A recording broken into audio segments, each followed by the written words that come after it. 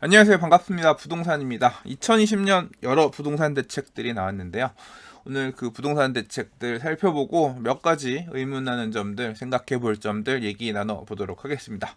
저는 오늘 강의를 맡은 부동산 스터디 카페 운영자, 부동산 TV 운영자 부동산입니다. 반갑습니다.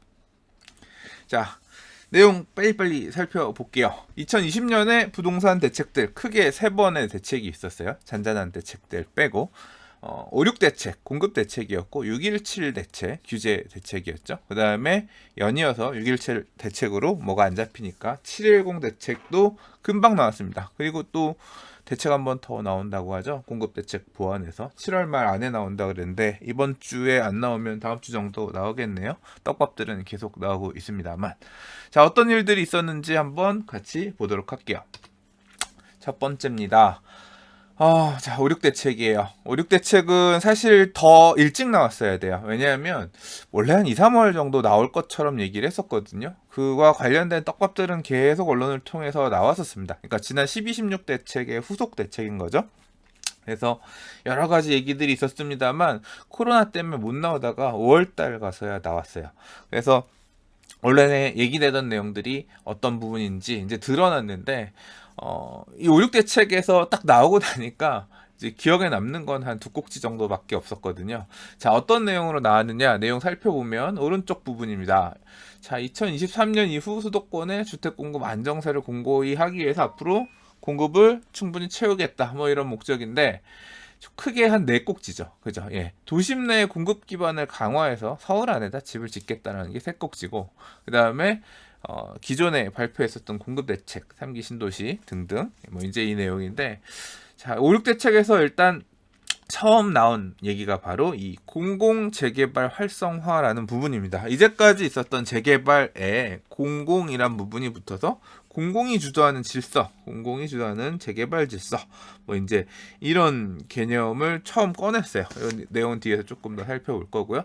그 다음에 뭐 이 정부에서 계속 추진해왔던 소규모 주택 정비 사업을 어떻게 더 보완하겠다, 역세권을 풀겠다, 그다음에 중공업 지역의 오피스텔 등 뭐 개발하겠다, 그다음에 기존에 지어졌던 오피스나 뭐 상가시설 이런 것들을 주거용으로 바꾸는 부분들 하겠다. 예, 그리고 이제 남아있는 가용한 용지들 지어 짜내서 공급하겠다. 이제 이런 내용이 크게 세 꼭지인데 나머지는 아무것도 기억 안 나시죠? 예, 다 기억 안 나요. 예, 그럼 존재감이 좀 없다고 해야 되나? 주된 관심 분야에서 이렇게 가까이 있지 않은 내용들이라서 그런지 모르겠지만 공공재개발하고 딱 역세권, 이 공공재개발하고 국공유지 등을 활용해서 공급을 할 건데 이제 용산 재개발, 용산 정비창 개발, 요거 딱 두 개만 기억이 나죠. 실제로 그 후속 관련된 기사들이 제일 많았고 가장 언론 지면에서 많이 소비했던 건 역시 용산 역세권 개발이었던 것 같아요.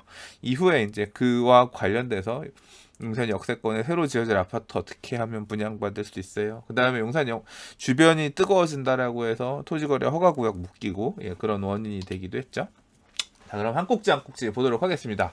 자, 공공성을 강한 정비사업 활성화라고 해놨는데, 자, 이게 공공재개발이라는 말이 처음 나왔어요. 이걸로 앞으로 어떻게 주택 공급을 할 거냐? 일단 당장 올해는 한 500세대, 내년에 4,500세대, 내후년에 15,000세대. 그래서 3년간 앞으로 연평균 한 7,000세대 정도를 이걸로 짓겠다라고 했는데, 지금 공공재개발 추진해서 바로 집 지을 수 있는 거 아니죠. 예, 기준은 뭐냐면 공공사업은 사업시행자를 지정하는 기준.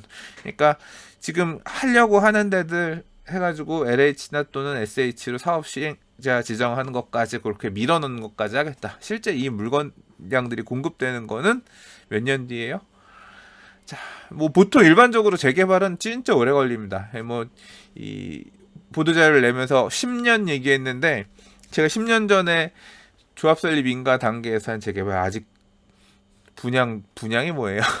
예, 입주는커녕 아직 지금 2주도 못했거든요. 15년 사실 이상 된 재개발 구역인데 그렇게 앞으로 짓는 것까지 하면 거의 20년 봐야 되는 거죠. 빨리 되는 데는 빨리 되겠지만 아무튼 뭐 10년 걸리는 거 5년 안에 끝내겠대요. 그러니까 지금 이 물량은 빨라도 5년 안에 택도 없죠 사실. 그러니까 여기 시작하는 시점부터 5년이니까 뭐 2020년대의 중후반 이후에 공급될 수 있는 그런 물량이라고 볼 수 있습니다. 근데 아무튼 연평균 7,000호 정도라는 거예요. 자, 내용은 어떤 거냐면 이런 거예요. 이 재개발 사업이 이제까지 빨리 했었어야 되는데 안 가고 있었다는 거죠. 천천히 가고 있었다는 거예요. 그래서 왜 안 가느냐 봤더니 사업성이 부족해서 그렇다. 사업성? 그러니까 해도 별로 남는 게 없으니까 사람들이 안 하려는 거 아니냐. 그러면 사업성을 좀 높여주자. 정비 사업의 사업성 어떻게 높여요? 용적률 높여주고 충고 풀어주고, 그러니까 좀 더 많이 지을 수 있도록 해주면 사업성이 개선될 거라 이거죠.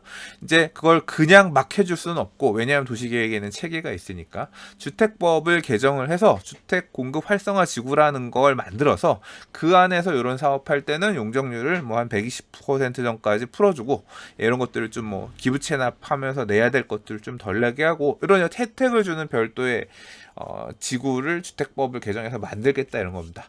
내용을 보면 옛날에 도시재정비 촉진을 위한 특별법 이런 거랑 비슷한 거긴 하지만 조금 달라요. 근데 아무튼 좀 완화해준 이런 걸 하겠다고 했는데, 근데 이걸 풀어주면 혜택이 특혜가 되는 거잖아요. 예. 요새 그런 거 되나요? 예. 잘 안 되죠. 그래서 특혜 이런 거 공평하지 않잖아요. 공정한 사회가 돼야지. 자, 그걸 주는 대신에 또 가져가겠다는 것도 있습니다. 일단 공공이 사업 시행자, LH나 SH가 사업 시행자가 돼서 사업을 하는 거다 보니까 뭐 기존에 살고 있던 세입자들이 재정착할 수 있을 기반들 이런 것들, 세입자 보호 조치 이런 거 빡세게 하고, 그다음에 투기 억제, 투기 방지 대책들 이런 것들 많이 추가한다고 했습니다. 그래서 이 정관을 변경하고 그 이후에 새로 사서 조합원이 되는 사람들 같은 경우는 분양가가 싸지 않은 거야. 조합원 분양가대로 받을 수 없게끔 하는 뭐 이제 그런 차별적인 내용도 나오고, 그리고 뭐 지금 보면 이제 공공에서 사업 시행자가 되니까 뭐 내용을 보면 그래요. 추가 부담금 요만큼밖에 더 안 나올 거고 그 이상 나오는 것들은 뭐 커버해주겠다. 뭐 이제 그런 내용들도 포함하고, 추가 부담금 못 내겠으면 뭐 지분 형태로 해서 뭐 다양한 이제 추가 부담금을 좀 덜 내면서 이제 할 수 있는 그런 뭐 금융 대책 이런 것들을 포함해서 하겠다. 중도금 대출도 적게 내주면 하겠다. 뭐 이제 그런 내용들이 더 들어갔어요. 요새 아파트 일반 분양 비싸게 못해서 조합원들 말이 많잖아요. 뭐 최근에 이제 되게 억울하다. 이 분양가 상한제 적용 예외, 분양가 상한제 적용 안 받게 해주게끔 했다고 했는데, 이거는 작년에 이제 대책에서 있었던 내용입니다만, 분양가 상한제 받게 되면 일반 분양가가 많이 낮아진다. 토지 가격 자체를 되게 박하게 평가해서 분양가를 정해야 되기 때문에 뭐 그런 건데, 자, 이거 분양가 상한제 적용은 빼주지만 HUG의 주택도시보증공사에 분양보증은 받아야 된다. 근데 사실 이게 뭐 효과가 있을지는 모르겠습니다. 아무튼 뭐 그런 혜택을 줘서 사업이 좀 갈 수 있게끔 해주겠다. 그런 얘기입니다. 자, 근데 대신 조합원 물량을 제외한 50% 이상은 공적 임대주택으로 공급해야 된다. 이제 이런 제한이 붙죠. 그러니까 세대수가 늘어나는 거, 조합원들이 받고서 남는 물량의 절반은 임대 아파트로 내놔라. 그래서 사업을 촉진하겠다 이런 얘기입니다. 자, 이게 근데 옛날이었으면 되게 막 환영할 만한 얘기인데, 실제 지금 재개발 조합들은 그렇게 환영할 만한 이슈는 아니에요. 왜냐? 이게 미분양이 되게 많던 시절에는 분양이 안 되니까 사업성 떨어지고 이게 처분하기가 곤란하죠. 근데 지금 뭐 사업만 하면 지금 다 프리미엄이 몇 억씩 붙고 난리가 나는데, 공공이 들어와서 이런 거 원하겠어요? 사업성 개선? 사업성이 꺾이는 이유는 용적률이 낮아서 사업성이 꺾이는 게 아니죠. 예. 분양가를 제한하니까 사업성이 안 나오는 거예요. 최근에 수색 13구역이 허그에 주택 보증, 이제 분양 보증 받으려고 넣었더니 2천만 원이 안 나왔어요. 1970만 원인가 나왔다고 하는데, 옆에 LH가 사업 시행한 곳은 2,500 해주면서 1,900으로 찍어내리니까 원래 일반 분양은 2,100 정도 하지 않을까 싶어서 사업 계획을 세웠는데, 정작 이 분양 보증은 1,900대에 나와버리니까 조합원들 추가 부담금 발생하는 이런 상황이거든요. 그러니까 설득력이 없죠. 이 과연 갈 만한 유인이 될까? 기존의 사업 가고 있는 데들한테는 별로 유인이 안 될 것 같아요. 자, 그런데 이제 사실 이 내용에 가장 열광했던 지역은 어디냐면, 재개발 구역이 해제된 곳들이에요. 해제가 됐기 때문에 다시 재개발 사업을 추진할 어떤 법적인 추진 근거들이 부족했거든요. 근데 이 지역들에 공공 재개발을 할 수 있게끔 되면 동아줄이 생기는 거예요. 다시 재개발할 수 있을 만한 법적인 권한이 만들어지는 거니까. 그래서 기사가 나오고 나서 처음에는 엄청 난리가 났던 게 바로 이 해제 지역들이 되게 유망하다 이런 식으로 기사가 났어요. 근데 이 당시에 국토부에서 발표할 때도 해제 지역에 대한 언급은 없었고요. 사업이 덜 가고 있었던 서울 안에 있는 이 재개발 또는 주거환경 개선 사업 지역들, 이게 한 102곳 정도 있다 그랬는데 이 지역들 중심으로 해서 하겠다라고 했고, 여기 지금 이 숫자 연평균 7,000호 정도 만들어진다는 숫자가 그 숫자입니다. 그러니까 해제 지역을 애초에 염두에 두고 이게 진행된 얘기는 아니었어요. 이게 7,000세대면 일반 분양 많이 나올까요? 사업성이 원래 안 좋았으니까 그랬던 거죠. 그러니까 연평균 7,000호가 공급된다고 하더라도 이 물량 중에서 임대 물량, 그 다음에 일반 분양으로 나올 만한 물량은 그렇게 많지는 않았을 거예요. 절반 택도 없겠죠. 뭐, 한 1, 2천 세대, 2, 3천 세대 나오려나. 자, 아무튼 그런 내용이었는데, 이게 해제 지역 중심으로 될 가능성이 크다. 이런 식으로 기사들이 자꾸 나오다 보니까, 지금 딱 선을 그으면서 6월 중순이었죠. 해제구역은 완전히 빠진다 이런 기사가 나오면서 초를 딱 쳤습니다. 니들은 해줄 생각 없으니까 공공재개발 꿈도 꾸지 마. 내용은 그거죠. 재개발 구역 해제해달라고 해서 해제했는데 거기 다시 공공이 들어가서 재개발하기에는 명분이 없다. 니들은 일단 배제다.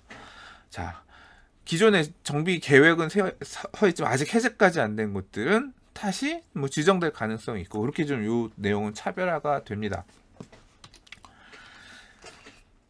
근데 진짜 안 될까요? 좀 앞으로 사실 이 문제는 생각해 볼 이슈들이 있습니다. 해제 구역으로도 확대될 가능성이 어느 정도 있다고 생각해요. 왜냐하면 해보고 예전에도 그랬거든요. 역세권 시프트 사업을 생각해 봐야 되는데, 혹시 그 대흥역 옆에 아세요? 거기 가면 거기가 원래 청년 역세권 시프트라고 해서 역세권의 용적률 올려가지고 임대 아파트 이런 사업을 원래 서울시 옛날부터 했었거든요. 거기 시범 사업지였어요. 그래서 보도 자료에도 엄청 내고 했는데 정작 안 했습니다. 가서 보시면 지금 현재 경의성 숲길공원 만들어지고 상가들 바뀌고 막 상권들 살아나고 있고 막 그렇게 지금 바뀌고 있거든요. 그러니까 이제 거기는 그런 역세권 시프트 사업은 텄다고 봐야죠. 진행되기 힘들 거라고 봐야죠. 근데 시범 사업이 안 되니까 그 다음에 뭘 했냐면 재개발 구역들 중에서 1차 역세권 250m 이내에 있는 데를 했고, 그 다음에는 이제 단계별로 재정비 촉진지구 뉴타운 내에서 역세권 이거 했어요. 근데 물론 시뮬레이션들 해보고 임대 끼는 거 별로다라고 해서 조합들이 받은 경우들이 굉장히 제한적이에요. 많이 안 하긴 했습니다. 다만 이제 뭐냐면 이렇게 추진하는 사업들은 단계별로 확장한다는 거죠. 지금 일단은 선을 그었지만 앞으로 해제 지역에도 다시 손을 내밀어서 해제 지역도 공공재개발 할 수 있다 이런 식으로 바뀔 가능성이 없지 않다는 겁니다. 왜? 실적이 있어야 되니까. 보여야 될 게 있어야 되니까. 자, 그렇다고 보면 확대된다라고 하면 어떤 데 확대가 될까? 아무래도 상징적으로 물량을 좀 뽑아낼 수 있을 만한 그런 곳 쪽에 손을 내밀려고 하지 않을까 개인적으로 생각합니다. 근데 당장은 아니고 내년 내후년. 근데 또 그 지역들의 가격들이 막 들끓어오르고 불안해지고 하면 한다고 했다 안 할 수도 있겠죠. 뭐 우리 3기 신도시 지정한다고 했다 유력하다고 했다가 거기에 뭐 나오면 거기는 배제하고 이런 경우들 많이 있었잖아요. 자, 아무튼 뭐 제 생각은 그렇습니다. 근데 이 재추진과 관련해서는 뒤에 부분에서 다시 또 생각해볼 이슈가 있어서 거기서 한번 건드리도록 할게요. 자, 5.16 대책이 나오고 나서 코로나가 좀 어느 정도 안정화되면서 다시 부동산 가격이 불안해지기 시작했죠. 그러면서 이제 예상했던 부동산 대책이 생각보다 조금 일찍 나왔습니다. 6.17 대책이 나왔습니다. 주택시장 안정을 위한 관리 방안. 크게 4꼭지예요. 과열 지역의 투기 수요 유입 차단, 정비사업 규제 정비, 뭐 법인 투자 제한하고 그다음 12, 16 대책 후속 조치였는데, 이때는 일단 제일 큰 게 규제 지역이 되게 확대되는 부분이었고, 그다음에 정비사업 규제 정비, 정비사업 특히 재건축에 대한 규제를 하나 추가한 내용이 아주 많은 사람들 머리 아프게 만들었습니다. 그리고 올해는 되게 유동성 그러니까 말 그대로 갭 투자, 풍선 효과 이런 게 심한 애가 될 거다 예측을 했는데 그걸 법인만 들어가지고 가서 짤짤이 하러 다니시는 분들이 되게 많이 실제로 있었죠. 문제가 돼. 버스 타고 가서 아파트들 쫙 야도치고 이런 것들 문제가 있는 내용이긴 했는데 아무튼 그런 부분들을 막기 위한 법인이 열려있던 부분들을 다 막는 이제 그런 내용이 6.17 때 나왔습니다. 요건 7.10 대책 때 더 강화가 되는 부분이 있는데 아무튼 이렇게 크게 세 꼭지가 가장 이슈였는데요. 자, 일단 부분 나눠서 살펴보면 일단 조정 대상 지역 투기과열지구 확대 지정이 됐습니다.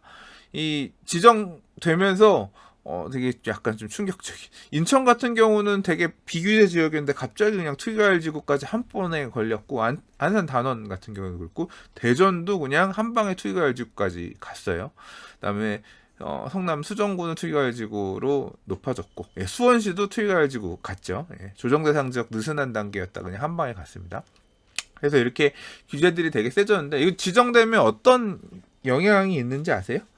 이게 금융 관련돼서, 그러니까 대출 관련돼서, 그 다음에 양도소득세, 소득세 관련돼서 이제 규제가 생기고 한편으로는 투기과열지구가 지정되면 뭐가 생기냐면 이 국토부가 관장하는 몇몇 법률들이 아주 그냥 직격탄을 바로 들어가거든요. 이제 지정 효과, 주요 지정 효과가 이렇습니다. 자, 저는 나머지 부분 뭐 대출 제한 이런 부분들은 잘 모르고 양도소득세는 조정 대상 지역 들어가면 중과세 적용된다. 이 정도 일단 기본적으로 알고 계시면 되는데 대출들 이제 재개발 재건축 같은 경우 이주할 때 이주비 받아야 되는데 그 대출들 들어가면서 못 받을 수 있다. 금액이 많이 되게 줄어들어서 이주할 때 되게 곤란한 상황이 생긴다. 이 정도 보시면 되는데 이제 직접적으로 규제를 하는 내용이 바로 이제 투기과열지구 주요 지정 효과 중에 있어요. 뭐냐면 사고팔고가 막혀요. 조합원지 양도 제한 규정이 들어갑니다.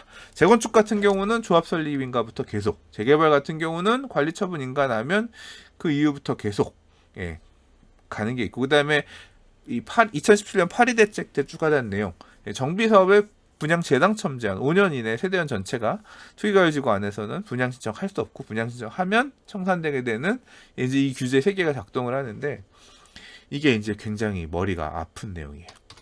자, 뭐냐면 기존에는 비규제 지역 또는 저규제 지역이기 때문에 한 방에 투기과열지구까지 지정이 되겠어라고 생각했던 물건들이 이번에 특히 이제 인천, 대전, 수원 이런 지역 또 마냥 이 의왕, 구리 이런 쪽에 투자하셨던 분들 중에서 여기 걸리면서 제약이 생기는 분들이 막 나왔다는 거예요.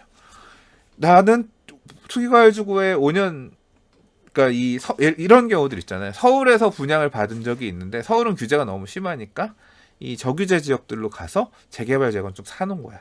그래서 갖고 있다 나중에 팔아야지 생각을 했는데 갑자기 투기과열지구가 묶이면서 어떻게 돼요? 분양 신청을 할 수 없어 청산되게 되는 사례들, 이제 이런 사례들이 나올 거예요. 모르시는 분들도 계시겠지만 뭐 나는 상관없는 거 아니야? 이제 이런 부분들 걸리는 내용들이 나는 어떻게 해야 되지 되게 나올 거고, 특히나 이제 무서운 게 이 재당첨 제한뿐만 아니라 이 조합원지 양도금지 규정도 되게 무섭습니다. 팔고 나와야 되는데 거래가 막히면서 팔지 못하는 경우들, 특히 재건축 같은 경우는 조합 설립 인가가 이미 난 경우라고 하면 예외 규정 아니고 못 팔고 나오거든요. 이거에 묶여가지고 강제로 청산되는 사례들도 꽤 나올 수가 있어요. 그래서 원래 제가 이제 파리 대책 나오고 나서 그 당시에 좀 대책 해설해 드리고 이럴 때에는 앞으로 저규제 지역들도 바뀔 수 있기 때문에 투자할 땐 되게 조심해야 된다. 이런 부분이 무섭다. 받은 이력이 있으면 앞으로 못 받을 수 있으니까 조심해야 된다. 그런 말씀을 드렸었는데, 그리고 이제 회피할 수 있는 방법들, 이제 그런 것들도 얘기했었는데, 조심해야 됩니다. 자, 이런 사례들이 있을 수 있기 때문에 나는 해당 사항이 없는지 지금이라도 어떻게 도망쳐 빠져나올 방법이 있는지 그 타이밍이 언제일지 이런 부분들을 좀 미리미리라고 할 수 없겠네. 지금이라도 확인해 보시고 대응을 좀 하시는 게 좋겠습니다. 자, 다음은 정비사업 규제 강화인데요. 재건축에 대한 규제를 강화하기로 했습니다. 이거 아주 환장한 얘기가 또 포함됐죠. 자, 뭐 하나는 이 목동 6단지나 성산시형 같은 데가 재건축 정밀안전진단 2차까지 통과를 했어요. 그러면서 무슨 일이 발생했냐면 가격이 오르기 시작했죠. 가격이 막 올라가는 거예요. 그 가격에 거래가 되고, 그러니까 재건축이 다시 달아나는구나, 불안해지는구나, 가만히 둬서는 안 되겠다. 이 재건축 안전진단 기관 선정을 시군구 구청장이 했죠. 예, 근데 이걸 구청장한테 줬더니 이거 잘 해주는 업체 해주는 거 아니야? 또는 이 업체들도 되게 느슨하게 하는 거 아니야? 그래서 업체들 감독 관리 강화하는 부분이랑 그다음에 아예 선정 자체도 서울시가 하게끔 빡빡하게 하라는 거죠. 강화를 했고, 예, 한편으로는 이제 또 뭐냐면 이게 진짜 황당한 건데 실제 그 집에 거주하지 않은 사람은 분양 신청할 수 없게끔 하는 그런 규제를 추가해서 넣겠다. 이제 이게 나왔습니다. 자, 이해가 되시죠? 예. 조합 설립 투기과열지구 안에서 재건축을 하는 재건축 조합인데 그냥 투자 목적으로 사놔서 갖고 있던 사람은 이 재건축 사업을 통해서 지어지는 새 아파트를 받을 수 있는 자격을 안 주겠다는 거예요. 집은 내 건데 헐고 새로 지어진 집은 내가 이 집에 거주한 적이 없으면 그런 자격을 안 되게끔 하겠다는 거야. 이게 말이 되는 얘기예요? 예? 이게 소유권을 이렇게 박탈할 수 있는 기준이 생길 수 있다는 게 저는 조금 근본적으로 사실 좀 의미가 됩니다. 이 재건축 같은 경우는 재건축 사업에 동의하지 않는 경우에는 동의하지 않는 사람을 청산시킬 수 있는 규정은 있어요.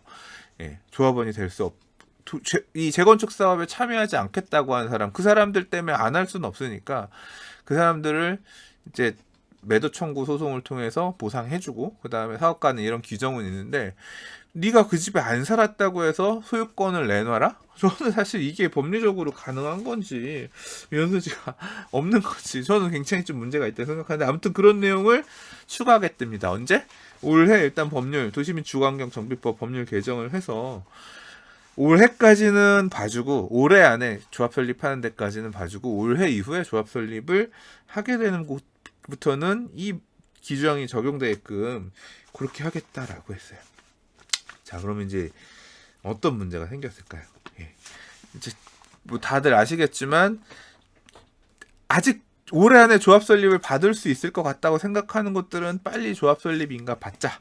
지금 난리가 나서 지금 종이서 막 서로 싸우고 있던 조합들이 이제 합쳐지고 있죠. 같이 야, 우리 이러지 말고 당장 조합 설립해서 일단 이건 피해야 되지 않겠냐 하면서 지금 막 동의서 걷고 있는 경우가 하나 있고 또 하나 예. 아예 이 카드를 받을 수 없는 올해 안에는 죽었다 깨나도 조합 설립할 수 없는 곳들도 있겠죠. 선행하는 정비계획을 수립 안 해줘서 서울시가 정비계획 수립하기 전에 지구단위 계획을 수립해야 되는데 이 지구단위 계획 수립이 안 됐기 때문에 정비계획도 수립 못 해주겠다. 뭐 이런 어떤 선행하는 단계가 안 돼서 사업이 못 가는 곳들 이런 곳들 있잖아요. 이런 곳들 같은 경우는 빼박캔트로 2년 무조건 거주해야 분양 신청할 수 있는 자격이 생기는 이런 곳들이 나오게 생겼어요. 자, 근데 이게 이제 문제가 많은 이유는 여러 가지 이유가 있는데 실거주를 채울 수 없는 사람, 예를 들어 임대사업자를 등록한 분이라든가 아니면 소유자가 개인이 아니라 법인이야. 법인이 어떻게 이 거주 요건을 채워요? 또는 뭐 해외에 거주하시는 분이 갖고 있다거나 진짜 수많은 예외 규정이 발생할 수밖에 없거든요. 또 특히나 이제 되게 황당한 게 앞으로 임대차 3법 개정한다고 하면서 계약갱신 청구권 도입해서 2년 플러스 2년 만약에 들어가게 되면 애초에 분양 신청하기 전까지 2년 거주를 물리적으로 채울 수 없는 그런 사례들이 많이 나올 수밖에 없거든요. 그러니까 이 법을 계속 밀어붙인다라고 하면 굉장히 많은 예외 조항이 들어가야 좀 억울한 사람이 더 올라올 거예요. 그런 문제점이 있는. 그리고 진짜 또 황당한 게 이런 거죠. 비규제 지역에서 규제 지역으로 바뀌는 경우. 이 경우도 굉장히 황당합니다. 아까 지금 보셨죠? 내가 살 때는 비규제 지역이었기 때문에 2년 거주 요건이 없었어. 근데 분양 신청하기 전에 나 여기 가서 들어가서 산 적도 없었는데 갑자기 투기과열지구로 지정이 떡 돼버리는 거예요. 그냥 갑자기 돼. 그리고 분양 신청 날짜가 왔더니 2년 거주 요건을 못 채운 거야. 그럼 바로 청산인 거죠. 자, 이런 청산이 될 것 같은 데들은 조합 설립할까요? 안 할까요? 쉽지 않겠죠. 자, 그래서 뭐 아까 이 두 가지 형태로 좀 대응한다 그랬는데 연내 조합 서두르는 곳들이 지금 이렇게 나오고 있고요. 한편으로는 어려운 곳들은 큰 차질. 이제 어떤 문제들이 생길 거냐면 재건축 조합 설립 위한 요건 아세요? 4분의 3 그다음에 면적 그러니까 각 동별로 과반 이상 동의가 있어야지 조합 설립이 가능한데요. 이제 나는 요거 조합 설립되면 바로 청산되는 사람들 나오겠죠. 이분들이 뭉치면 어떻게 돼요? 예, 절대 동의 안 한다고 동의 철회하고 반대하고 하겠죠. 예, 이분들이 똘똘 뭉쳐가지고 표를 안 내겠죠. 언제까지 안 내면 될까요? 거부할 수 없을까요? 예, 거부할 수 있습니다. 왜냐하면 올 초까지 되게 뜨거웠던 이 한 이슈 있었죠. 예, 일몰제. 예, 일몰제가 적용될 수 있어요. 뭐냐, 추진이 설립하고 2년 이내에 조합 설립 인가를 위한 신청서를 내야 일몰제에 따라서 사업이 해제가 안 돼요. 근데 일몰제 적용을 받을 수가 있는 거예요. 이분들이 똘똘 뭉쳐가지고 반대, 우린 재개발 이 재건축 조합 사업 조합 설립에 반대한다. 일몰제 쫙 내밀면 예, 어떻게 돼요? 조합을 못 만들 수 있는 거야. 그럼 이제 피하는 건데 그 다음에 어떻게 돼요? 예, 사업도 지지부진한 거지. 언제 갈지 모르는 거지. 예, 이제 그런 이슈들이, 그런 갈등들이 앞으로 계속 이어질 거다. 입니다. 자, 이게 이제 재건축 관련된 규제 하나 추가된 거고. 자, 다음은 토지거래 허가 구역 지정입니다. 이제 이 서울에 지금 주요 이제 규제들 뭐뭐 있는지 아세요? 투기 지역, 투기과열 지구, 예, 조정 대상 지역, 분양가 상한제 적용 지역, 예, 그다음에 토지거래 허가구역. 이 토지거래 허가구역은 뉴타운 사업 한창 할 때 도시재정비 촉진을 위한 특별법, 예, 여기에서 보면 재정비 촉진지구 안에서는 토지를 거래할 때 허가를 받아야 되는 규정이 있었거든요. 그게 이제 살아났어요. 근데 그때는 그런 뉴타운에만 적용되는데 이번에는 그냥 동별로 딱 묶었습니다. 그래서 이 5개의 규제가 다 들어가는 지역, 오관항 지역, 예, 오관항 지역이 나왔어요. 그게 어디냐면 삼성동, 청담동, 대치동, 잠실동, 일명 삼청대잠. 예, 아주 이곳에 사는 분들은 으쓱으쓱 하셔도 될 것 같아요.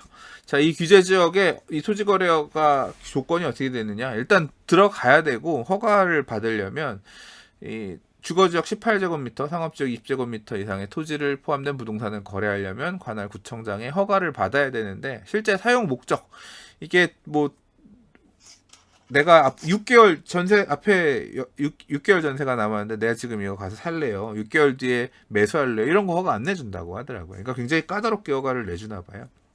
자, 이렇게 실제 당장 사용할 필요성이 있는, 이게 이제 인정되는 경우만 제한적으로 토지거래 허가를 통해서 매수할 수 있게끔. 그러니까 굉장히 매수의 허들을 높여놓은 거죠. 예. 그러면서 지금 뭐 이 삼청대잠 주변으로 허가 안 받아도 되는 지역들 가격이 막 이상적으로 오르는 풍선 효과가 나타난다. 그리고 정작 토지거래 허가구역 지정했지만 거래량은 굉장히 급감했지만 가격은 빠지지 않고 여전히 높은 전고점을 향해 가는 그런 가격대에 거래되는 사례들 나오고 있다. 이제 그런 기사들도 보이고 있죠. 자, 근데 요 토지거래 허가는 물려서 생각해봐야 될 게 뭐냐면, 여기가 6월 23일부터 토지거래 허가 구역이 돼서 이제 허가를 받아서 지금 진행하게 되는데, 토지거래 허가 구역은 앞으로 굉장히 확대될 가능성이 있다. 제가 이제 나왔을 때 그 얘기를 드렸는데, 바로 이어받은 곳이 어디냐면 경기도. 예, 그 중에서 이제 고양시가 이어받았습니다. 용산 정비창 주변은 이보다 앞서서 토지거래 허가구역, 정비구역들 중심으로 해서 이제 묶었고요. 그다음에 고양시가 뭘 했냐면 6월 30일, 예, 6월 30일 기준으로 토지거래 허가구역, 예, 이렇게 했는데, 자, 이게 일반적으로 이제 막 3기 신도시 될 만한 지역에 허가받아서 거래하게끔 하겠다. 그냥 토지에다 건 게 아니라요. 고양시는 능곡 뉴타운, 원당 뉴타운, 그 다음에 고양시 안에 있는 일반 정비구역에도 이 토지거래 허가구역을 지정을 했어요. 그래서 18제곱미터, 상업지역은 20제곱미터 초과하는 토지를 거래할 경우에는 주거용으로 사용되는 토지를 깔고 있는 건축물이면 실제 의무기간 들어가서 살아야 돼. 얼마 기간 동안? 3년. 예, 요거 안 하면 이행강제금 5%에서 10%, 목적 위반 뭐 등등 이렇게 되면 이거 내게끔 이렇게 강제를 해서 넣습니다. 자, 이것 때문에 이제 여기 이 재개발 지역의 토지거래 허가는 장난 아니에요. 대치동 음마 아파트는 가서 그냥 좀 수리하고 적당히 산다. 압구정 만약에 걸린다고 생각해보세요. 그냥 집수리, 올수리하고 재건축 될 때까지 그냥 살게. 이런 거 가능할 수 있잖아요, 아파트는. 근데 재개발 구역에 반지하, 빌라 이런 거 들어가 살 수 있을 것 같으세요? 예, 굉장히 투자 목적으로 가는 그런 몸테크 하는 분들 되게 제한적이죠. 거래가 이제 급감할 수밖에 없는 그런 구조인데 그걸 걸었다는 얘기예요. 자, 이 얘기는 뭐냐면 앞으로 추가적으로 뭐 재개발, 재건축, 요새 뭐 빌라 거래량 늘어나고 가격 급등하고 이런 얘기가 나오잖아요. 선제적으로 이런 재개발 재건축, 특히 재개발구역, 뉴타운 이런 지역들, 초기 재개발구역들 또는 공공재개발도 토지거래 허가구역을 묶으면서 투기 수요 진입을 막기 위한 그런 움직임이 나올 가능성이 다분히 있다고 생각해요. 자, 그리고 대책은 아닌데 그래도 앞으로 좀 짚어봐야 될 부분이라서 하나 소개하면, 작년 3월에 서울시가 도시건축 혁신 안 이런 걸 발표를 하면서 앞으로 서울시 도시건축 이런 식으로 하겠다는 내용이 있는데요. 지난 6월에 서울시가, 그러니까 6.17 대책 이후에 이런 걸 발표를 했습니다. 무슨 내용이냐면, 앞으로 서울시의 재개발 재건축, 특히 재건축 사업 같은 경우는 사전 공공기획, 니들이 자꾸 이렇게 하겠다고 갖고 오지 마, 오래 걸리니까 우리가 이렇게 하라고 선제적으로 정비사업 방향을 제시해 줄 테니까, 그거에 맞는 건축가까지 연결해 줄 테니까 그 사람 그 안대로 갖고 올라, 그럼 바로 허락해주고 사업도 빨리 가게 해줄게, 이런 제도입니다. 뭐 내용은 도시성을 회복하고, 그러니까 공공건축의 개념을 넣는다 그랬어요. 어떤 모양인지 이따가 예시 사례들을 보고서 우리 같이 한번 생각해 볼게요. 그다음에 이제 그 틀에 맞춰 사업 가게 되면 빨리 갈 수 있게끔 해주겠다, 이제 이런 크게 이런 내용인데요. 자, 지금 일단 그래서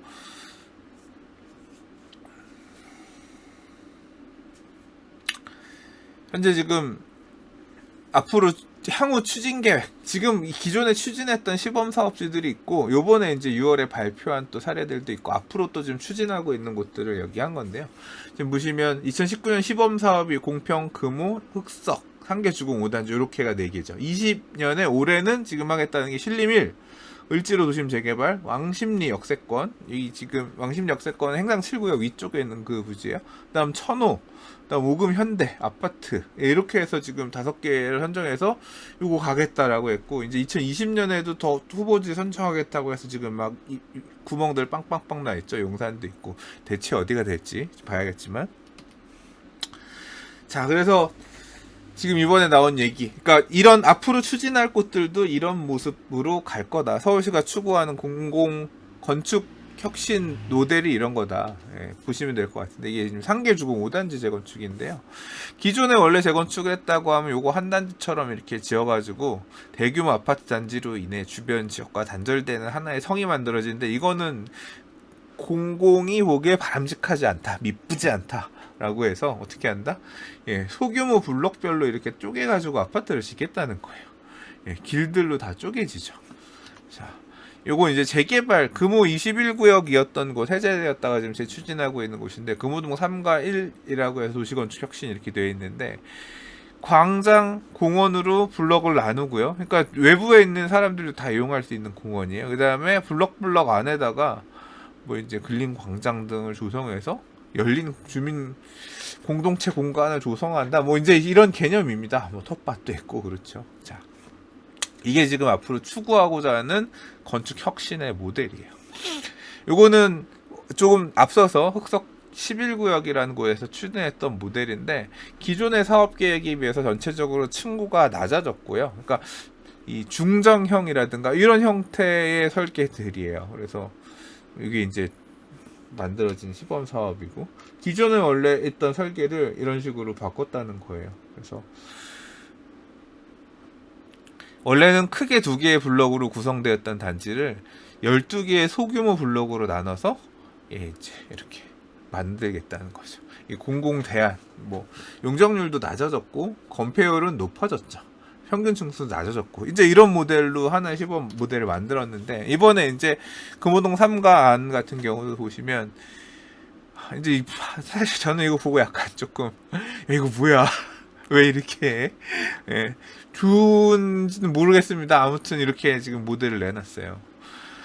자, 그래서 4개의 블록으로 나눠가지고 중앙에 공원들이 이렇게 지나있고, 여기가 이 지역이 지대가 높고 요 밑에가 지대가 낮거든요. 그래서 좀 내려오는 형태인데, 여기가 금호 19구역 레미안 아파트예요. 그래서 여기 금호 17구역 저기 자이 아파트인데, 금호 18구역 자이 아파트고, 이제 이런 주민들도 이용할 수 있는 그런 공간들이 만들어지는 거죠. 그리고 이 안에다가 근린생활 시설도 넣고 해서 어우러지는 그런 공간을 만들겠대요. 근데 저는 사실 이제 이 제일 궁금한 게 뭐냐면, 여기 보시면 블럭별로 이게 공공용지 이런 식으로 해서 기부 체납하게 되면 이 밑에 부지를 누가 쓸 거냐가 저는 되게 궁금하거든요. 그냥 밑에는 설마 밑에는 다 연결돼서 하나의 블럭으로 주차장이나 이런 건 공유하는 그런 형태가 돼야 되지 않을까 싶긴 한데, 안 그러면 설계가 너무 힘드니까. 보면 각 블럭마다 주차장 입구는 다 들어가 있거든요. 그러니까 이게 사실 핵심은 그거죠. 주민들은 우리만의 성을 쌓고 싶잖아요. 그러니까 외부인들과 단절된 성을 쌓고 싶어 하지만, 그러나 이 공공 건축이 추구하는 바는 무슨 소리야. 공간을 내놔. 그래서 열린 커뮤니티를 만들어야 돼. 리모델링도 그렇고 재건축도 그렇고 지금 모든 방향이 그런 쪽들을 향하고 있거든요. 그래서 아무튼 건축 혁신이란 이런 모델로 앞으로 가게끔 하려고 한다라는 건데, 자, 핵심은 이겁니다. 앞으로 지금 추진하려고 하는 250개 이상 전면 추진하려고 하는 지역들이 이제 나오는데, 지금 보신 빨간색 재건축 쪽에 이런 데들 있잖아요. 이런 부분들이 전부 다 주택 정비형 재개발, 도시 정비형 재개발, 주택 재건축 사업에 이 모델들을 넣겠다. 특히 강남권에 있는 지금 압구정, 이게 어디예요? 잠실 5단지인가요? 그다음에 대치, 이런 라인들에 전부 다 지금 보셨던 이 모델, 그리고 뭐 이런 모델들, 자, 이런 모델들을 넣겠다는 거거든요. 이 내용은 좀 굉장히 많은 분량의 PPT 자료가 있으니까 관심 있으신 분들은 서울시 홈페이지에 가면 보도자료로 올려져 있거든요. 다운받아서 보시면 될 것 같습니다. 자, 6.17 대책이 나왔지만 부동산 가격은 안 잡혔어요. 지금도 좀 조용하긴 한데 아직 잡혔다라고 얘기하기엔 조금 떨떠름한 상황이죠. 조금 안정화되는 것 같지만, 근래에 제가 이번 주에 계약이 깨지거나 깨고 싶다고 계약금을 받았는데 4,200 받았는데 1억 5천이 올랐네, 계약금을 보냈는데 주인이 계약 안 한다 그래요, 뭐 이런 거 관련해서 분쟁들, 주변 지인들 연락들이 오더라고요. 아직 지금 뭐 주춤하다라고 얘기하기엔 좀 그런 상황인 것 같습니다. 아무튼 710 대책이 나왔는데요, 어떤 내용인지 조금 살펴보도록 할게요. 710 대책은 주로 이제 기재부 대책이에요. 그래서 국토부 관장하는 재개발 재건축 관련된 내용은 별로 없습니다. 그래서 되게 짤막하게 코멘트가 됐어요. 그러나 그 내용 중요한 내용들이기 때문에 한번 좀 같이 보도록 할게요.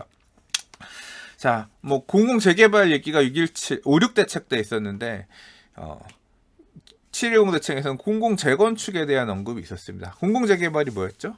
주택 공급 활성화지구 지정해서 용적률 120% 풀어주고, 그러니까 규제 완화해주고 대신 임대료 더 가져가겠다. 이게 결국은 핵심 가닥이잖아요. 사업성 안 나오는 거 LH, SH가 사업자 시행자가 돼주면서 보완해줄게. 대신 분양가 상한제도 피하게 해주지만 대신 어쩐다?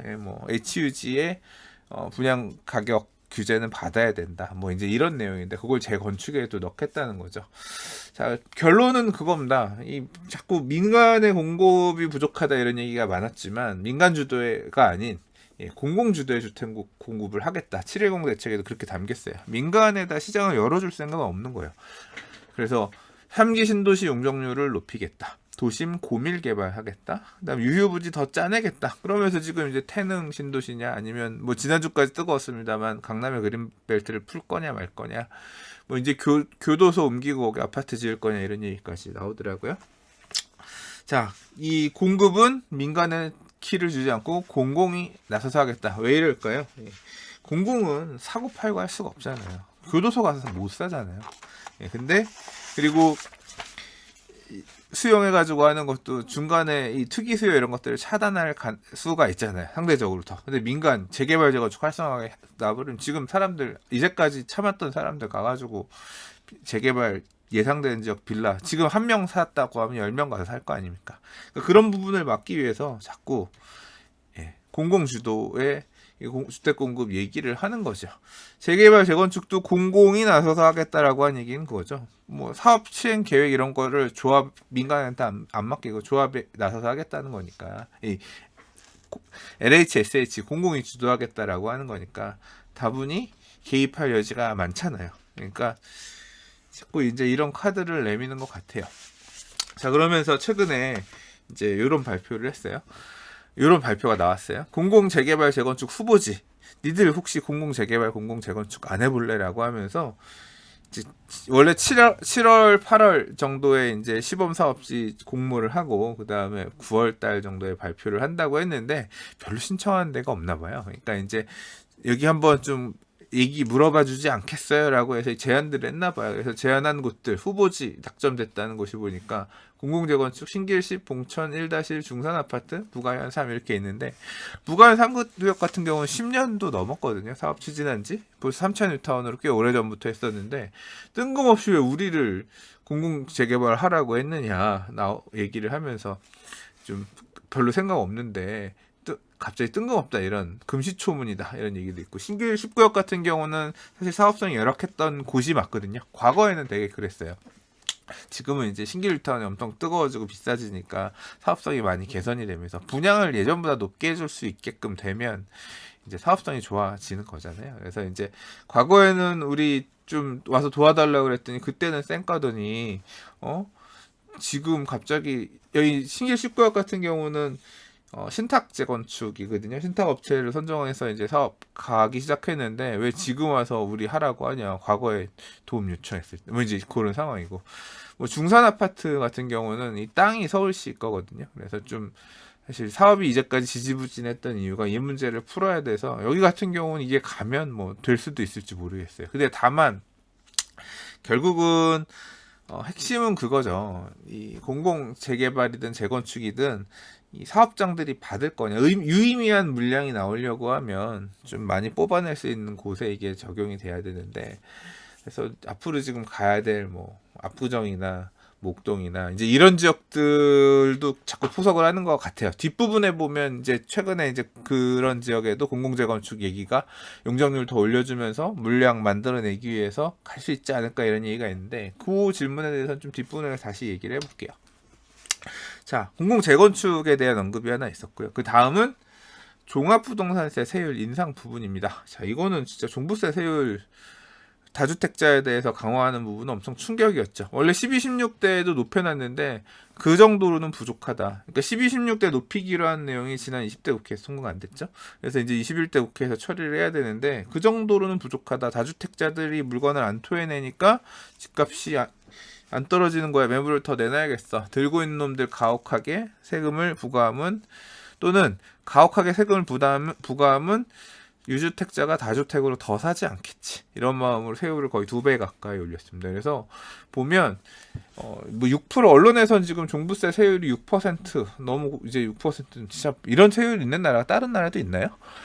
자, 아무튼 그랬는데 실질적으로 이제 한편으로는 6% 적용되는 사람 몇 명 없으니까 그렇게 과도한 세율이 아니다라고 하는데 그 밑에 구간인 2.2에서 3.6% 구간만 되더라도 충분히 사실 가혹한 구간이에요.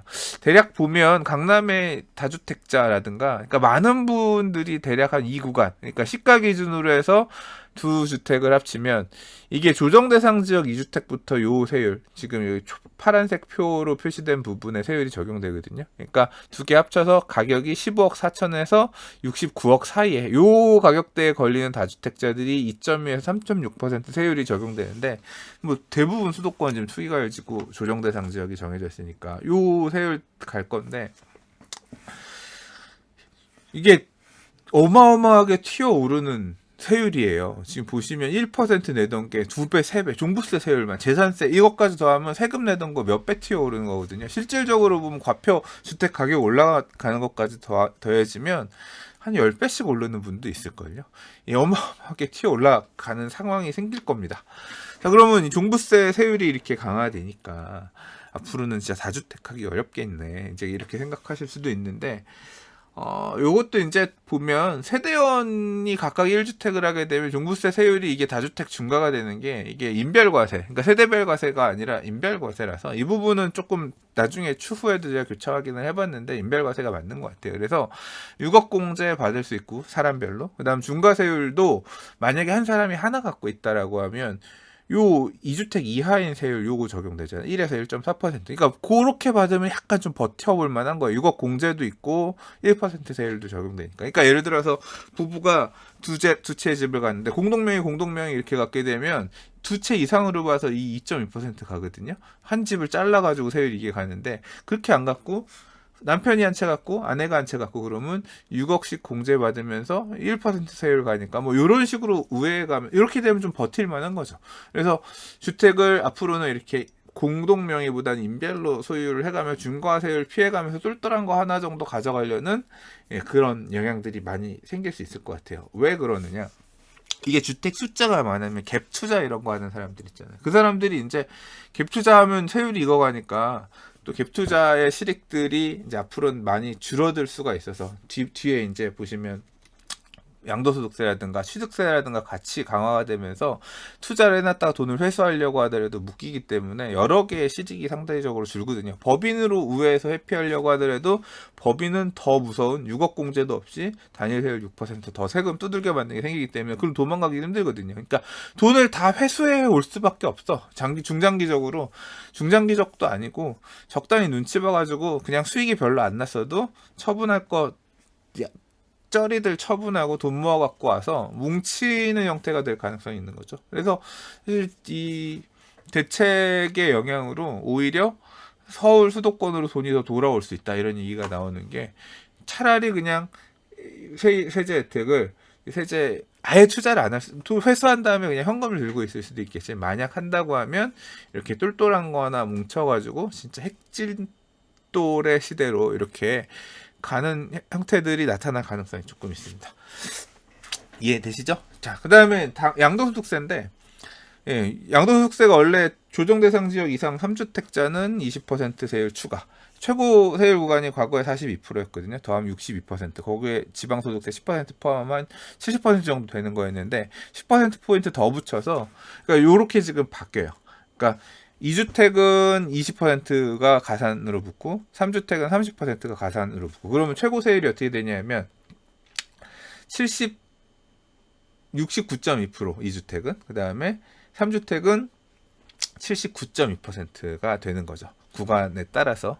그러니까 세율이 엄청나게 무겁게 갑니다. 분양권 같은 경우는 앞으로 그냥 규제 지역, 비규제 지역 상관없이 기존에는 조정 대상 지역 50%였는데 지방에 이런 비규제 지역들 있잖아요. 거기도 그냥 세율이 60%, 10% 하면 66%가 되는 거예요. 그러니까 다 내놔라 이거죠. 다운 계약서 써가면서 회피하려는 분이 생길지 모르겠어요. 근데 그거는 사실 불법인 부분이라서 제가 뭐라고 말 못하겠어요. 예. 과연 할까? 앞으로는 이게 되게 처벌도 무섭고 하기 때문에 좀 그런 그렇게 막 돌아다니는 거는 좀 한계가 있어. 좀 일단 그런 데 가서 좀 보유세에서도 그 지방에 짤짤이하는 주택 개수가 늘어나게 되면 내가 갖고 있는 똘똘한 거 하나 들고 있다고 하면 그거에 적용되는 종부세 세율이 높아지고 이런 거 있기 때문에 이런 걸 기존에 갖고 있는 사람들이 이제까지 못 먹었던 거 지방 가서 어떻게 좀 더 먹어봐야지 하는 수요들은 많이 가수요들은 거칠 가능성이 있을 것 같아요. 또 하나 이게 이제 단기 매매에 대한 중과 양도소득세 세율도 강화가 돼서 그러니까 짧게 먹고 빠지는 거 이런 것들 같은 경우는 또 막히는 거거든요. 1년 안에 팔고 나올 땐 77% 세금으로 떼고 2년 안에 66% 세금으로 떼니까 실제로 다 국가랑 동업을 해야 되는 건데 국가 몫이 너무 큰 거지. 그러니까 실익이 조금 떨어지는 적어도 2년 이상 들고 가는 형태로 가야 되는데 2년 동안 이제 보유세 내고 어쩌고 하면 이게 남는 장사일지 아닐지 좀 따져봐야죠. 안 한다는 건 아니에요. 할 수도 있어요. 지금 보시면 2주택부터는 취득세가 8%로 늘어납니다. 3주택은 12%인데 어마어마하죠. 1억짜리 집 사면 세금이 800 플러스 알파인 거예요. 그죠? 예, 한 뭐 3억짜리 주택을 샀다. 그러면 세금만 취득세만 2천 몇백 3주택이면 어마어마하죠. 그 돈 내고도 남을 게 있냐? 남을 게 있으면 예를 들어 내가 지금 갭 투자로 취득세랑 뭐랑 포함해서 5천 들어가는데 1억 먹을 수 있다. 그러면 세금 내고 뭐 낼 것 감안하고 들어가는 사람들도 분명히 있을 거예요. 2년 있다 일반 세율로 팔면 또 그거는 좀 세율을 줄일 수가 있으니까 보유세 감안하고도 먹을 게 있다라고 생각하면 가자 외치면서 가는 사람도 있긴 있을 건데 많이 갈 거냐. 일단 뭐 현재로서는 그런 흐름이 되게 일반적이 될 거라고 얘기하기는 어렵죠. 그러니까 다주택 투자를 가는 사람들이 많이 있기는 되게 힘든 지금 상황이 가는 거고 그러니까 지금 다들 얘기하는 게 양극화, 지방들 같은 경우는 힘든 사례들이 많이 나올 거다. 던지는 물건들아. 지방의 실수요자들이 되게 많이 탄탄하게 있으면 이런 다주택이 아니라 그 안에서 받아줄 수요들이 있다고 하면 뭐 그와 상관없이 가겠습니다만 그렇지 않다라고 하면 전체적으로 좀 지방시장 같은 경우는 던지는 물건들이 나오면서 힘들어질 가능성이 있는 거죠. 그러면 똘똘한 한채 현상이 강화될 건데, 그러면 똘똘한 한채 현상은 앞으로 어떻게 벌어질 거냐. 이게 무조건 지방이 다 안 좋다라고 얘기하긴 그렇고요. 사람들은 다 내가 할 수 있는 범위 내에서 똘똘한 한채를 가는 거거든요. 그러니까 지방 안에서 똘똘한 한채가 있잖아요. 해운대 한채 똘똘한 걸로 뭉치겠다 할 수 있는 거잖아요. 그렇죠. 수도권도 나는 내가 할 수 있는 범위 내에서는 수도권 인천이나 뭐 경기 지역에 있는 거 처분하고 은평구에 있는 한채가 제일 똘똘해. 그렇게 해처 모여가 될 수도 있는 거고, 이런 식으로 해서 해처 모여가 될 수 있다는 거죠. 그리고 요거 하나 빼먹었는데, 이 2주택 세율 8%는 세대 기준이에요. 그래서 이게 인별 기준이 아니기 때문에 지금 4주택 추가 세율 나오는 게 이게 지금 세대 기준이에요. 집사람으로 3개 있으니까 나는 이제 내 이름으로 하나 사야겠다 하면 1주택 세율 적용되는 게 아니라 4주택에 대한 4% 적용되거든요. 이것도 그래서 집사람 하나 있으니까 내 이름으로 하나 살래? 8% 적용돼요. 예, 아무튼 그렇게 많이 나가는 거고. 자, 좀 그렇게 좀 갈 것 같습니다. 예, 사람들이 똘똘한 한치 현상은 그 지역 안에서도 어느 정도 좀 미래 가치가 있다고 생각되는 쪽들 중심으로 해서, 그러니까 전체적으로 위쪽으로 쫙 붙는 거, 밑으로 아예 그냥 버리는 거, 이게 싹 갈리는 그런 상황들이 좀 연출되지 않겠냐 싶어요. 자, 또 하나 자꾸 지금 얘기가 나오고 있는 게 임대차 3법, 임대차 5법 관련된 건데, 임대차 거래 신고제, 계약갱신 청구권제, 전월세 상한제, 이게 이제 임대차 3법입니다. 그거에다가 최근에 나오는 거는 정부가 적정 임대료 수준을 산정하는 표준 임대료제, 그 다음에 고시된 임대료 기준으로 임대차 분정 조정에 나서는 권한을 부여하는 뭐 임대차 5법 이런 얘기까지 있는데, 이게 되게 갈등이 많겠죠. 되게 화가 나죠. 예. 통과가 될까요? 되겠죠. 뭐 당연히 표를 많이 들고 있으니까 될 거라고 생각하는데, 자, 이게 되면 어떻게 될 거냐. 부동산 스터디 카페 트리거라는 분께 써주신 글이 있는데, 인천국제공항 사태 같은 게 임대차에서 날 거라고 했습니다. 인천국제공항 사태가 뭐예요? 비정규직이 정규직 되는 거잖아요. 그러니까 혜택을 받는 사람이랑 받지 못하는 사람이 갈리는 거죠. 그 일부는 되게 좋은데 못 받는 사람은 여전히 불행한 거야. 이제 이렇게 나오는 거죠. 예를 들어서 지금 임대차를 살고 있는 사람이 있어. 계약갱신 청구권, 전월세 상한제가 동시에 걸리면서 임대료를 안 올려주고 계속 살 수 있는 사람이세요. 그 사람은 어때요? 혜택을 누리겠죠. 근데 결혼해서 신혼부부가 이제 나 집을 얻으려고 해. 새 집을 찾아야 돼. 이 신혼부부들은 어떻게 찾아야 돼요? 비싼 집을 들어갈 수밖에 없는 거야. 임대료를 그냥 나는 처음 들어가는 집이니까 비싸게, 이런 집밖에 못 찾는 것이, 혜택을 받은 사람, 받지 못하는 사람이 갈리는, 그러니까 임대 가격이 차별화돼서 나타나는 이제 이런 현상들이 발생할 거고, 그다음에 이제 정부가 주택 가격 뭐 상태를 기준 적정 임대료 수준을 산정하는 표준 임대료제도, 이것까지 이번에 할지 모르겠는데, 적정 임대료 산정이 돼요? 공시 가격도 되게 형평성이 안 맞는다라고 해서 말이 많다고 하는데, 임대료도 이게 될까? 이거는 진짜, 이것도 엄청나게, 보유세는 엄청 많은데 임대료는 상한 제한이 걸려가지고 못 올리고 나라가 정해진 임대료대로만 갈 수 있고, 이거는 좀 아마 막 시위 일어나지 않을까요? 진짜 어떤 식으로 터질지 모르겠는데, 뭐 여러 가지 생각해 볼 수 있을 것 같아요. 일단 수많은 변칙들이 나올 수 있을 것 같아요. 공시가격도 신뢰가 안 되는데 임대료 신뢰는 더군다나 그렇지. 그러니까 이 법에서 정하고 있는 것을 어떻게 하면 빠져나갈 수 있을까, 이런 우회하는 수많은 게 나오겠죠. 예를 들어 전세 임대료가 얼마 이하로 갈 수 없다라고 하면 분할을 하는 거지. 생각해 볼 수 있는 게, 우리는 임대료 얻을 때 머릿수대로 머릿수대로 받아요. 공간으로 대여를 해주지 않고 뭐 머릿수대로 세를 받겠습니다라고 해서 아예 그냥 우회해가는 그런 방식도 나올 수가 있을 거고, 전세로 그냥 받는데 전세 가격은 그대로인데, 만약에 이제 전세 가격이 못 올린다고 하면 못 올리는 금액만큼을 월세로 전환한 다음에 월세를 받는 게 아니라, 만약에 그 차액이 한 달에 뭐 30만 원이다. 1년이면 360이고 2년이면 뭐 예를 들어 3년이면 4년이면 뭐 한 1200 된다라고 하면 사례금 1200 내놓으라고 하는 거예요. 일본은 레이킹이라고 해서 사례금 제도, 임대인한테 집 빌려줘서 고맙습니다 이런 거 있잖아요. 그런 제도로 요구할 수도 있을 거고, 그 레이킹도 불법이다 하면 안 된다 법이 또 이제 나오면 그 다음에 또 뭐 다른 거 고민해서 자꾸 이런 이상한 것들 내겠죠. 뭐 우리 집은 변기가 없는데 변기 사용료가 얼마예요? 뭐 말이 안 되는 거지만, 아무튼 뭔가 이제까지 상상하지 못했던 변칙적인, 그리고 뭐 이제 임차인들이 집 구하기는 굉장히 힘든 상황들이 자꾸 올 거다라는 것에 대해서 걱정들을 하고 계시죠. 그래서 710 대책, 뭐 좀 전에 설명드렸던 내용대로 갭 투자를 방지하기 대책들, 뭐 그래서 똘똘한 한채 현상이 좀 더 강화되지 않겠냐.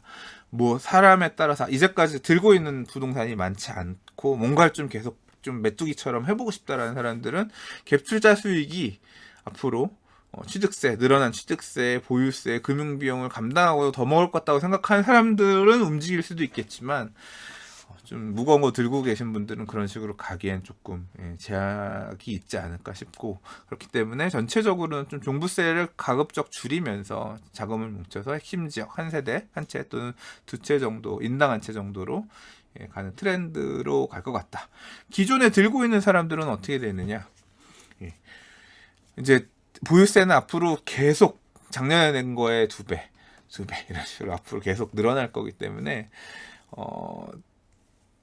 존버, 이게 뭔지 알죠? 존나 버틴다가 존버잖아요. 존버도 그냥 못한다. 앞으로는 이제 이 보유세를 계속 부담해 가면서 버텨야 되기 때문에 현금 흐름이 좋지 않은 분들 같은 경우는 지키지 못하는 사례들도 나올 수가 있을 것 같다. 집으로 돈을 벌려는 자 세금의 무게를 견뎌라. 왕이 되려는 자 왕관의 무게를 버텨라 라는 것처럼, 이 현금 흐름을 잘 지키는 분들이 앞으로 몇 년을 이제 버텨낼 수 있는 그런 시기가 왔다. 못 팔아요. 아까 보셨잖아요. 내년 6월 이후부터는 다주택자는 세율이 30%, 70, 80% 이렇게 되기 때문에 팔아도 남는 게 없어요. 그러니까 팔아서 뭔가 세금 내고 이런 게 불가능한 시대가 온 겁니다. 팔아서 보유세 낸다 이런 게 쉽지 않은 시대가 오기 때문에 자금 흐름을 되게 잘 맞추셔야 돼요. 사실 그 준비를 했어야 되죠. 저는 항상 지난 텀에서도 보면 뒤로 갈수록 규제가 심해져서 돈을 끌어오기가 정말 힘들었기 때문에 대출도 다 맡기고 다 맡겨서, 그래서 자금 흐름을 개선하는데 저도 계속 신경을 썼는데 돈이 없네요. 돈이 나갈 때만 있고 들어오질 않아. 자, 이제 결론으로 갈게요. 생각해본 몇몇 이슈들 가지고 좀 정리해 볼게요. 재건축 초기 단지인 여의도 목동 압구정 공공 재건축 받을까요? 자, 일단 쉽지 않을 거라고 저는 봅니다. 왜냐하면 인센티브가 그렇게 매력적이지 않아. 재건축 초과액 환수제 최대 50%까지 환수 금액 내야 되죠. 그 다음에 분양가 상한제 피하게 해준다고 하지만 규제 없어요? 아니죠. 허구에 분양보증 받아서 분양가를 제약을 받아서 내야 되잖아요. 지금 둔주가 저 난리가 난 게 허구가 정해준 그 금액 인정 못하겠다는 거거든. 그렇죠.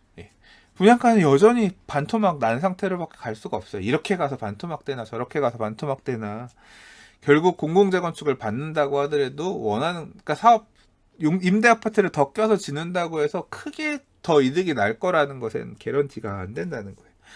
그리고 재건축 초과이익 환수제로 초과이익 환수금도 내야 될 부분도 있고, 이게 정부의 불로소득 방지 뭐 이런 개념 때문에 가는 거지만, 동업자, 이게 결국 임대를 줄 걸 줘가면서 동업하자 이런 부분들에 대한 선택권이 없고, 그 다음에 아까 말씀드렸던 2년 실거주라든가 여러 가지 갈등 요소들 때문에 사업이 더 진행되는 과정에서는 좀 여전히 많은 허들이 있다. 가는 단계에서 어느 시점 이후부터는 멈춰서지 않겠냐. 재건축 초과액 환수 금액들을 이제 걷는 시점부터 이제 만세 부르는 조합들이 저는 나오지 않겠냐고 보고 있어요.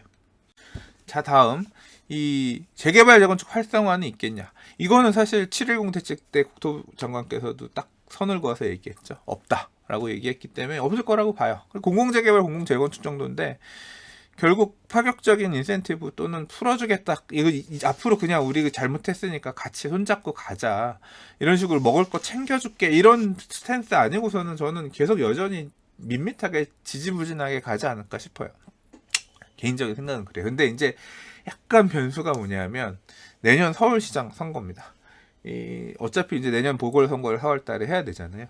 지난 서울시장 선거 때 자유한국당 그때 맞나요? 아무튼 그 후보 자유한국당인지 아무튼 새누리당인지 그 후보 김문수 후보가 나왔었는데 재개발 재건축 활성화 얘기를 그 당시에 했었거든요. 물론 묻혀가지고 별로 귀담아 듣지 않았고 상승장 초반이었기 때문에 별로 그 당시만 하더라도 재개발 재추진 막 이런 열망이 크지 않았지만 앞으로는 이게 굉장히 큰 변수가 될 것 같습니다. 이거를 화두로 끄집어내서 앞으로 어떻게 가자 이게 붐업이 된다고 하면 재추진 그러니까 지금 막 재개발 다시 시작하자 지역별로 그래서 자기들끼리 구역 잘라가지고 서울시에 넣어보겠다는 데들이 이런 데 있거든요. 결국 이거는 도시계획을 어떻게 가져갈 거냐는 서울시에서 가져갈 몫이기 때문에 내년 선거가 되게 변수입니다. 자, 어떻게 될 건지는 여러분이 생각해 보세요. 저는 잘 모르겠습니다. 저는 이렇게 장기 투자는 지겨. 예, 재개발 이게 쉽지 않거든요. 또 안 되면 타격이 엄청 커. 멘붕이 많이 옵니다. 그래서 이거는 좀 근데 지금 공격적인 분들은 막 이런 초기 재개발 구역들 가가지고 워낙 살 게 없으니까 빌라들 좀 사고 계시잖아요. 그런 흐름이 지금은 이제 좀 미온적이지만 앞으로 더 이런 얘기가 되면 되지 않을까 하면서 더 이런 시장이 더 뜨겁게 달아오르고 빌라 가격이 얼마가 됐네 이러면서 붐업할 가능성은 있습니다. 2000년대 초중반, 중후반의 시장이 특히 그랬었어요. 자, 유주택자들에게 다주택 전략은 이제 폐기할 전략이냐. 아까 앞에 두 개의 형태로 조금 설명드렸죠. 예. 아직 종부세를 좀 버틸 만한 상황에서 그렇게 1주택으로 가면서 가는 사람들 같은 경우 버틸 수 있고요. 이분들은 그럼 언제 파느냐. 장기적으로 계속 다주택으로 갈 수도 있겠지만, 제가 보면 이 양도소득세 중과라고 하는 거는 규제지역, 조정대상 지역이라고 하는 규제지역에서 걸리는 거잖아요. 조정대상 지역이 해제가 되면 어떻게 돼요? 예, 풀려요. 중과를 안 해도 돼요. 그럼 일반 세율로 팔 수 있다는 거잖아요. 2주택 같은 경우는 장기보유 특별공제도 30%까지인가 받을 수 있을 거예요.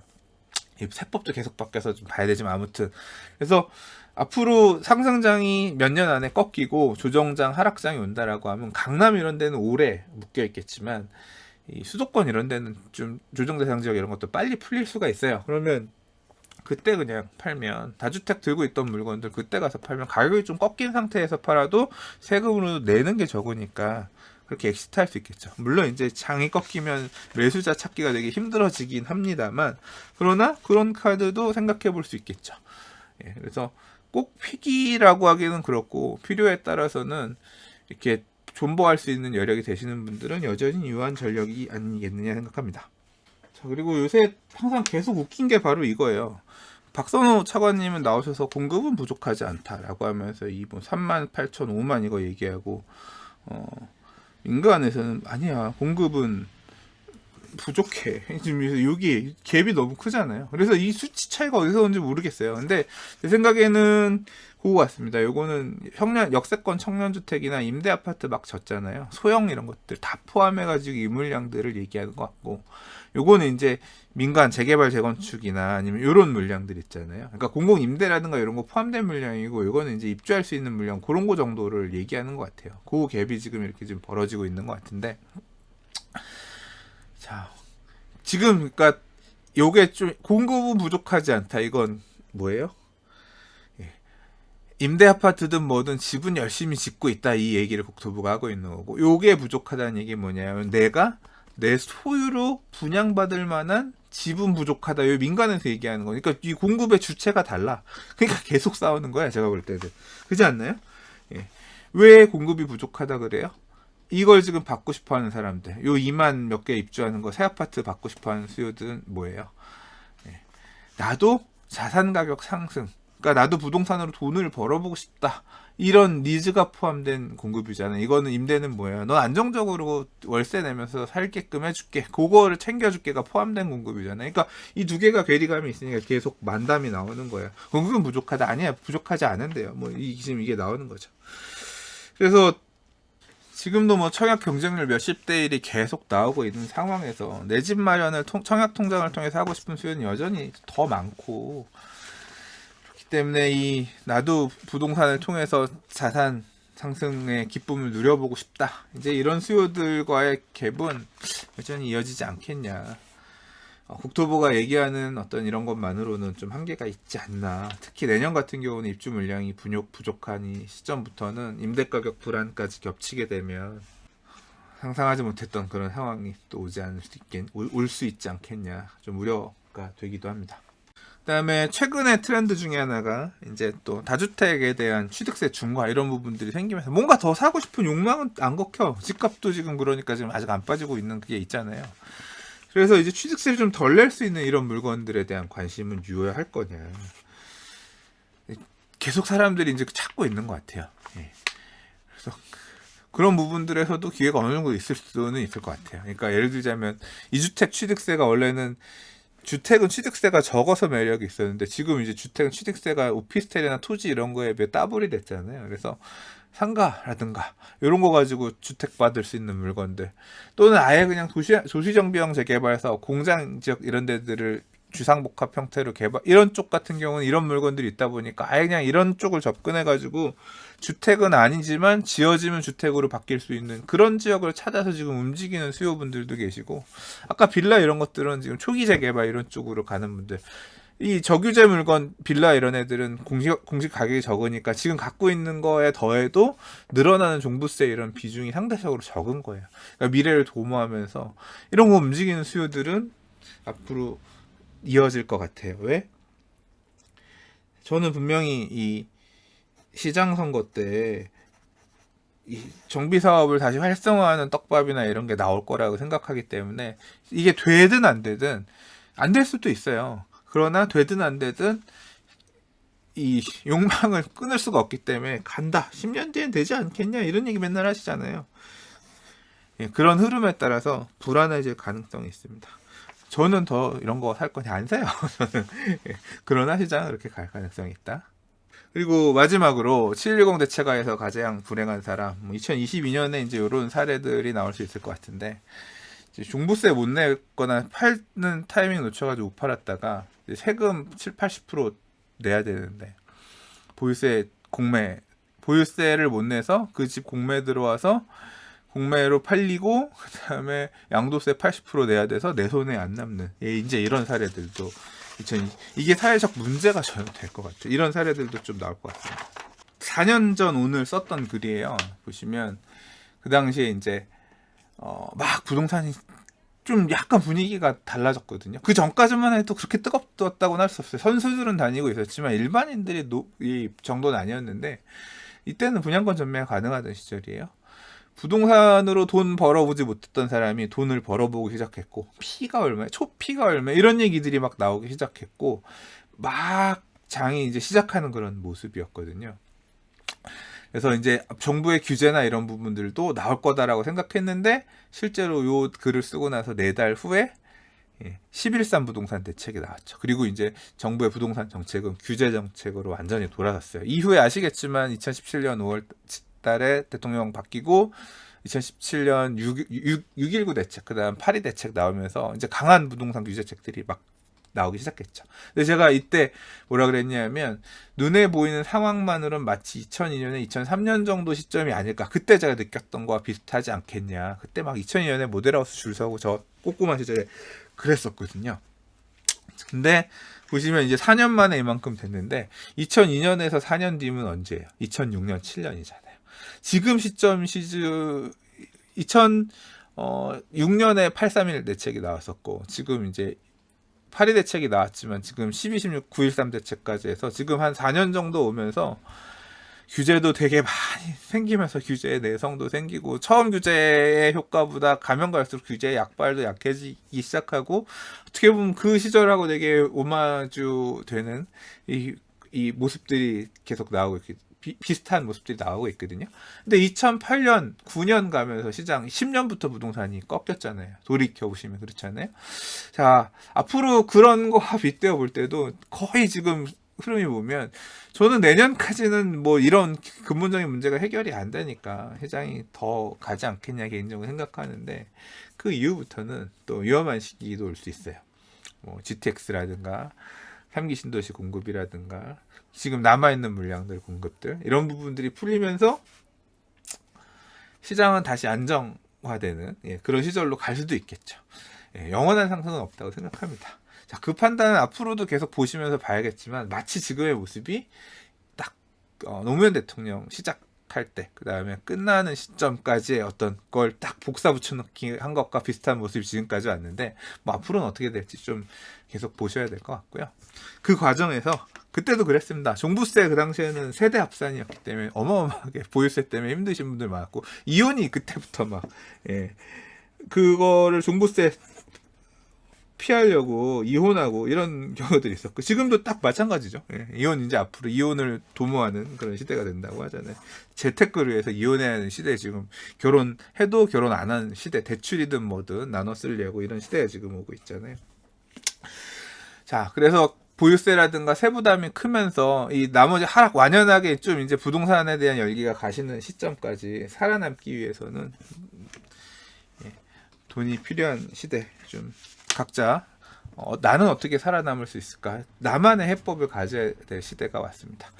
이게 영화 짝패에서 했던 되게 유명한 대사인데 살아보니까 강한 놈이 오래가는 게 아니라 오래가는 놈이 강한 거더라. 뭐 이런 얘기 했잖아요. 자, 이번 장에서 잘 살아남으셔서 또 다음 투자하기 좋은 시절이 올 때 다시 한번 이제 또 좋은 파도를 타실 수 있는 그런 여러분들이 되셨으면 좋겠어요. 이 정책은 파도와 같은 것 같아요. 파도가 출렁인다고 해서 이 바다를 욕할 필요가 없어요. 물의 흐름을 바꾸기 위해서 표를 행사하시는 건 뭐 여러분이 알아서 하실 몫이겠지만 파도가 출렁일 때는 그 파도를 어떻게 탈 것이냐 예측하고 그 파도에 따라서 내가 잘 대응해서 살아남아야지 잘 못했다가 내가 꾹걸어져서 물에 빠졌다고 해서 원망한다고 하더라도 그냥 원망하는 거야. 결국 나만 손해야. 그렇기 때문에 잘 살아남으실 수 있길 바랍니다. 감사합니다.